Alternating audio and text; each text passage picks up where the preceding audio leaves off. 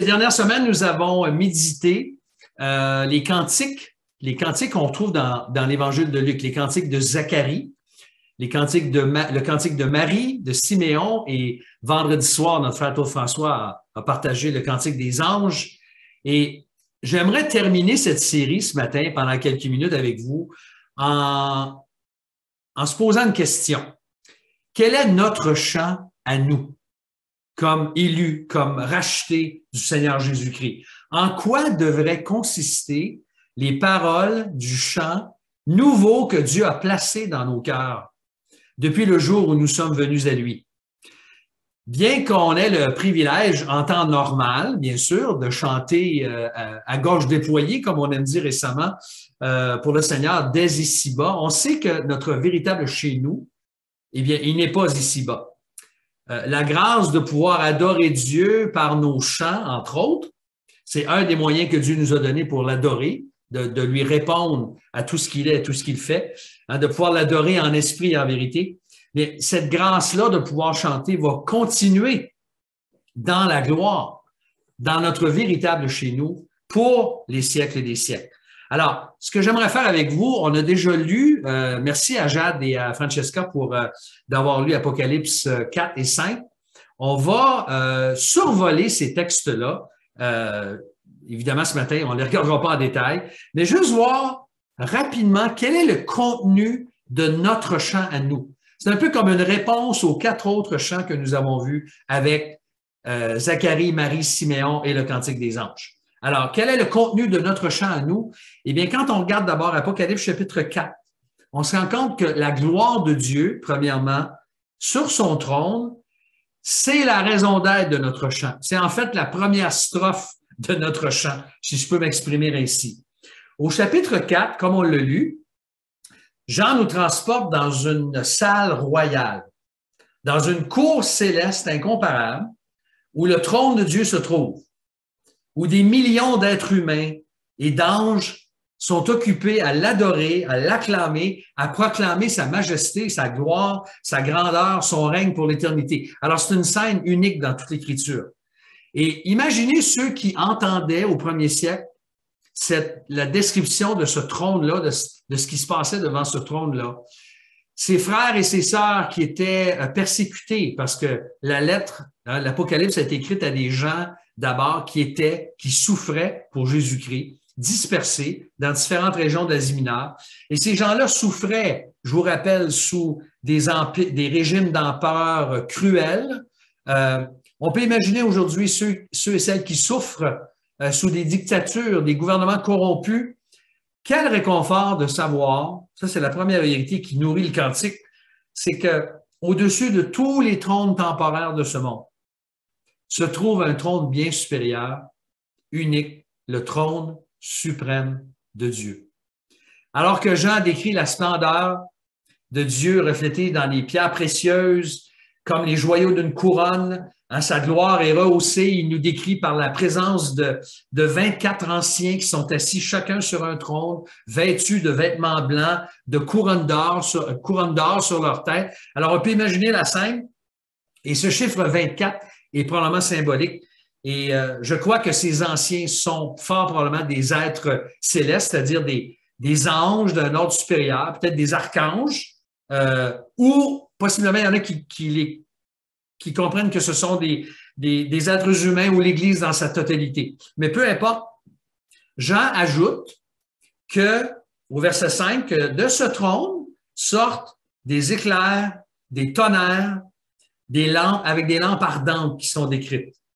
Et donc, c'est un trône royal et saint avec autour 24 êtres vivants, des êtres qui sont au sommet de l'ordre des anges, et leur description ressemble à celle qu'on voit dans l'Ancien Testament, comme dans Ézéchiel, par exemple, ou ailleurs. Et que font-ils, tous ces êtres-là?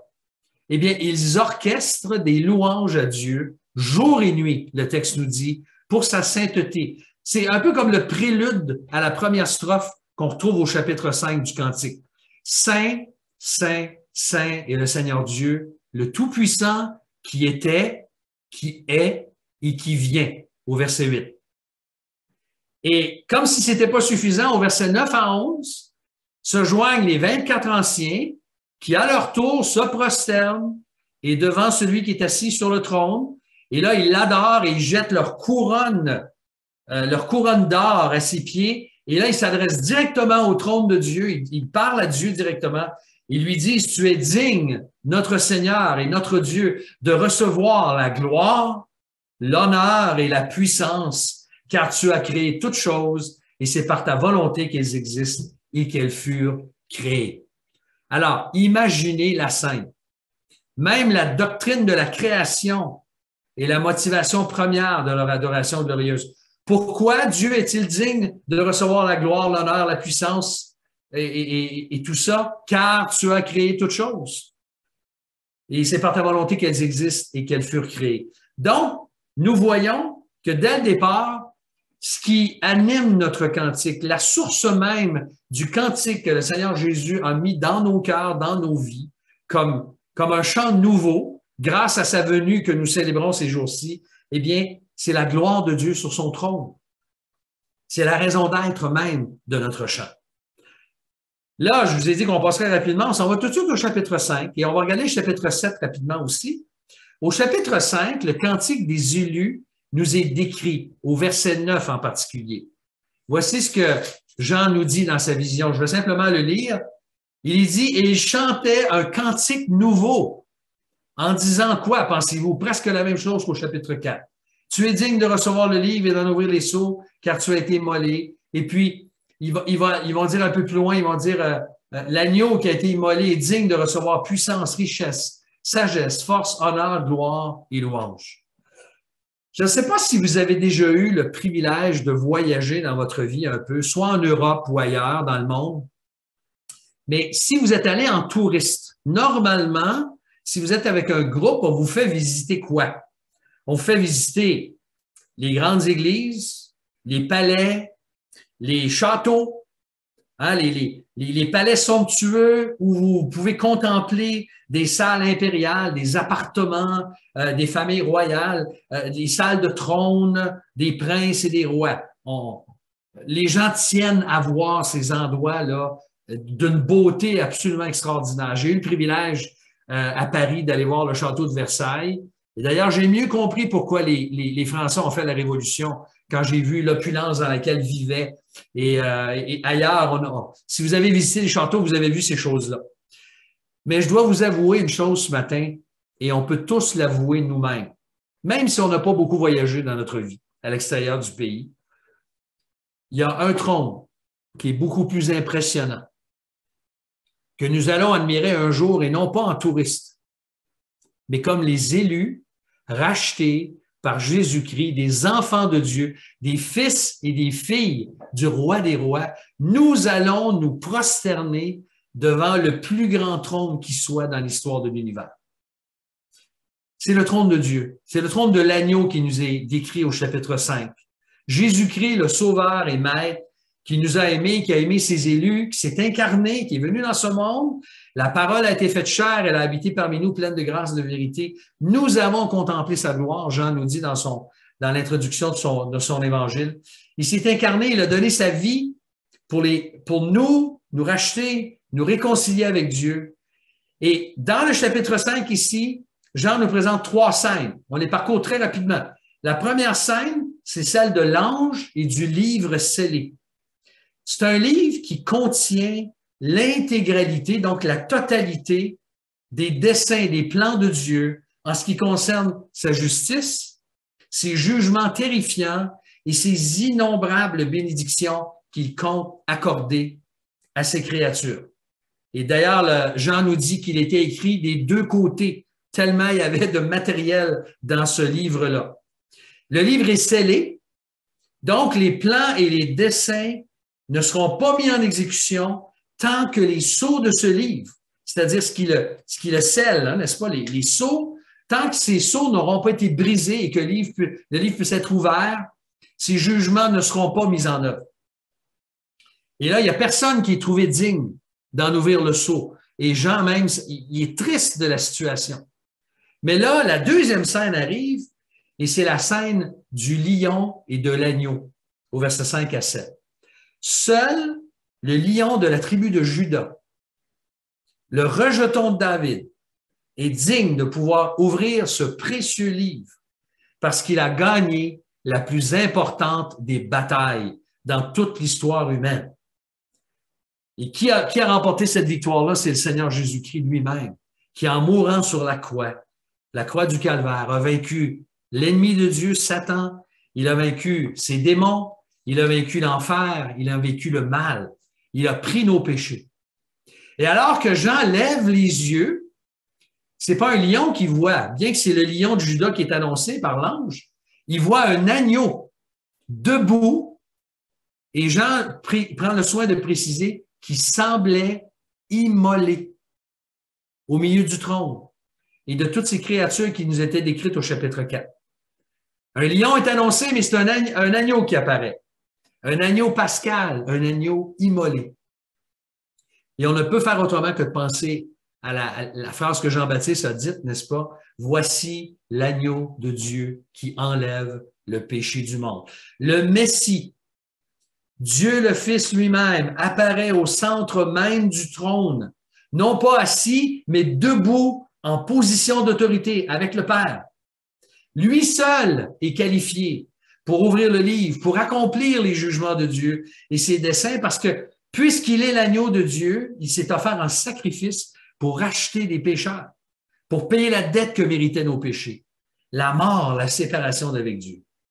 Donc, c'est une des proclamations les plus puissantes de tout le Nouveau Testament sur la divinité de Christ, parce qu'il est au milieu du trône, debout avec le Père. C'est pas une créature de Dieu, il est Dieu lui-même, Dieu le Fils est présent. Et à qui Dieu le Père remet-il le livre?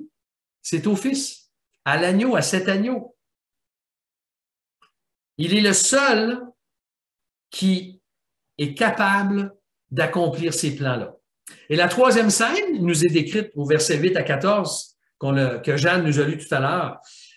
C'est celle de cet agneau qui est adoré comme rédempteur et acclamé éternellement. Et c'est là qu'on voit le cantique des élus qui nous est présenté.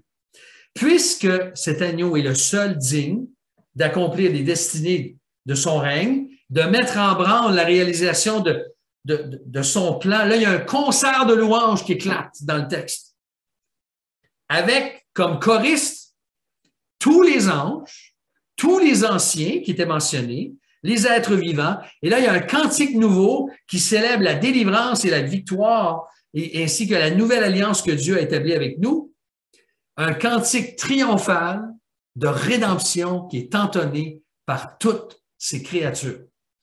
Et ce chant sublime nous crie haut et fort que depuis fort longtemps, Dieu avait prévu non simplement de racheter des Juifs, mais des membres de quoi? Dans le texte, il est dit de toute nation, de toute langue, de toute race, de tout peuple qui ont foulé le pied sur notre terre. Le message du salut, frères et sœurs, bien-aimés, ça ne se limite pas à une seule culture ou à une seule ethnie ou une seule langue. Tous ceux et celles que le Seigneur appelle de toutes les nations vont venir à Jésus-Christ par la foi. Ils sont reçus par le Seigneur pour leur salut et pour la vie éternelle. Donc, ça nous dit clairement pour nous qu'on devrait laisser tomber tout préjugé envers des gens différents de nous. Il n'y a aucune marque de racisme dans l'Évangile et dans la parole de Dieu. Jamais nos préjugés ou du racisme ou des pensées racistes ne devraient nous empêcher de proclamer l'Évangile à quelqu'un qui est différent de nous. Le sang de l'agneau a coulé à la croix du Calvaire, il y a 2000 ans, pour quiconque place sa confiance en lui. Et j'espère que vous dites tous aujourd'hui « Amen » pour ça. Parce que nous, comme Québécois, comme Africains, comme Haïtiens, comme gens de l'Europe de l'Est, comme Sud-Américains, peu importe d'où vous venez dans le monde, le Seigneur vous a appelés. Nous n'étions pas des Juifs, mais le Seigneur est venu nous chercher tels que nous étions. Donc, peu importe notre culture, chacun est le bienvenu dans le royaume de Dieu. Et c'est un des textes les plus clairs dans toute l'Écriture. Tous les élus sont des sujets du royaume. Ils ont accès dans la présence même du trône.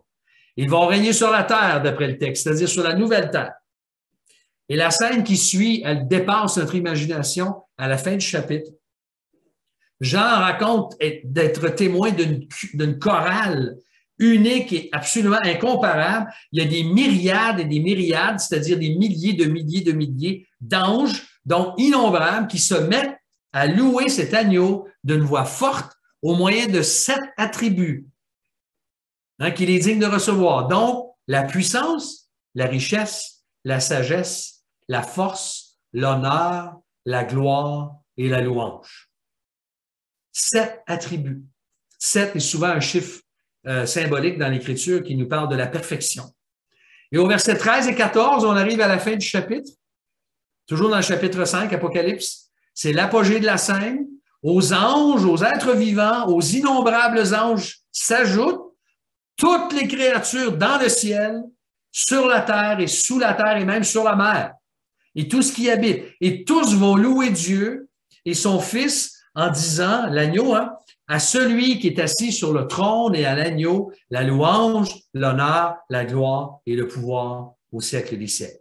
Donc, c'est une acclamation conjointe de Dieu le Père et de l'agneau qui démontre qu'ils sont absolument indissociables. Jésus a dit, moi et le Père, nous sommes un. Le triomphe de Dieu et de l'agneau est en voie de se réaliser d'après ce texte. C'est comme si l'universalité du sacrifice de Jésus-Christ, que Christ est mort pour des gens de toute nation, de toute langue, de toute tribu, mais ça demandait une réponse de qui, pensez-vous? De tout l'univers. De tout l'univers. Un chant de gloire universelle. Les frères et sœurs, en Jésus-Christ, c'est notre cantique. Le cantique des élus. Nous faisons partie de ceux et celles que le Seigneur a rachetés. Et même à la fin, je prends pas le temps, mais je veux juste le mentionner très rapidement, les 4 êtres vivants à la toute fin du chapitre, qui avaient entrepris le concert de louange au chapitre 4, ils finissent, ils disent Amen, et là, les anciens se prosternent et adorent ce grand Dieu et l'agneau. Donc, c'est un chant de gloire universel. Et au chapitre 7, je vais simplement le lire, parce que je ne veux pas prendre plus de temps, mais au chapitre 7, versets 9 à 12, nous avons une autre scène qui est semblable. Après qu'il ait décrit les 144 000, là, on n'ira pas là en détail aujourd'hui, mais au verset 9, Jean nous dit toujours dans sa vision, « Après cela, je regardais, voici une grande foule que nul ne pouvait compter. » Et encore là, la même description, de toute nation, de toute tribu, de tout peuple, de toute langue. Ils se tenaient devant la trône et devant l'agneau, vêtus de robes blanches et des palmes à la main, et ils criaient d'une voix forte. Quoi pensez-vous? Le cantique des élus. Le salut est à notre Dieu qui est assis sur le trône et à l'agneau. Et tous les anges se tenaient autour du trône des anciens et les 4 êtres vivants. Ils tombèrent la face contre terre devant le trône et ils adorèrent Dieu en disant Amen, la louange, la gloire, la sagesse, l'action de grâce, qui n'était pas mentionnée dans les 2 autres, l'honneur, la puissance et la force sont à notre Dieu au siècle des siècles. Amen. Donc, si tu ne sais pas ce que tu dois chanter comme élu de Dieu, eh bien, j'espère que ces 3 chapitres, et particulièrement chapitres 4 et 5, te dressent un portrait fabuleux. Les paroles des cantiques que le Seigneur a mis dans nos cœurs nous sont données comme un avant-goût de ce qu'on va faire au ciel dans la gloire. Nous avons toutes les bonnes raisons, en conclusion, de chanter un cantique nouveau. Dieu a mis un cantique nouveau. Je me souviens, M. Alexanian, quand j'étais en formation, M. Alexanian était pasteur à notre église, et il nous disait souvent que Dieu avait mis dans notre cœur un cantique en majeur. Autrefois, avant de connaître le Seigneur, on chantait en mineur. Et en mineur, c'est beau aussi, là, ça a sa place. Mais une image que Dieu a mis un cantique nouveau. On a été transformé dans notre cœur. On a une espérance, on a la joie du pardon. Et c'est en cela que notre cantique est bien différent que celui de notre monde. C'est le cantique des rachetés, le cantique qui loue Dieu et l'agneau. Alors, comment ne pas désirer aujourd'hui nous prosterner et adorer cet agneau-là? J'aimerais te poser une question en terminant. As-tu l'assurance de faire partie de cette chorale? Est-ce que tu fais partie de cette chorale? La chorale des élus, ceux qui ont placé leur confiance en Jésus-Christ pour le pardon de leurs péchés, qui ont cru en lui. Est-ce que Dieu a placé dans ton cœur ce chant nouveau parce que tu as cru en Jésus? Si tu ne fais pas encore partie de la chorale, j'aimerais dire qu'il y a encore beaucoup de place dans les ténors, les altos, les sopranos et les basses, et même toutes les nuances qu'on peut mettre dans une chorale. Il y a encore beaucoup de place parce que Jésus-Christ, lui seul, est digne de louange d'une vie qui est consacrée à son service. Il est le seul maître de nos destinées. Et en cette fin d'année, avec tout ce qui se passe en ce moment, puis le retour de la pandémie qui reprend le dessus et puis beaucoup d'inquiétudes, j'aimerais juste vous rappeler aujourd'hui que lui seul est assis sur le trône. Lui seul a le pouvoir de déclencher les événements qui vont conduire à la venue totale et définitive de son royaume. Et quel grand jour ce sera. Je ne sais pas si vous avez hâte, mais moi j'ai hâte. J'ai vraiment hâte au jour où je vais pouvoir pas simplement lire ces paroles-là, mais les chanter moi-même avec tous les élus de toute langue, de toute nation. On va célébrer Dieu avec nos frères et nos sœurs de cultures et d'arrière-plans différents. Mais là, le Seigneur nous donne déjà un avant-goût de ce cantique-là. Alors, autant les cantiques de Siméon, de Zacharie, de Marie et des anges étaient précieux, nous avons un cantique, le cantique des élus, le cantique des rachetés. Et en fait, vous savez, quand on adore Dieu, que ce soit en petit groupe sur Zoom, mais en Église, lorsqu'on peut se rassembler, c'est une répétition générale. Important, mais c'est une répétition générale qui en annonce une plus grande. Alors, quelle richesse. Merci à notre Dieu de pouvoir chanter, d'avoir placé dans nos cœurs un cantique nouveau à sa gloire pour terminer l'année 2021. Alors que le Seigneur vous donne de pouvoir chanter ce cantique, nourrir vos chants par la mort de Jésus-Christ, parce qu'à lui seul soit l'honneur, la gloire, la puissance au siècle des siècles. Amen.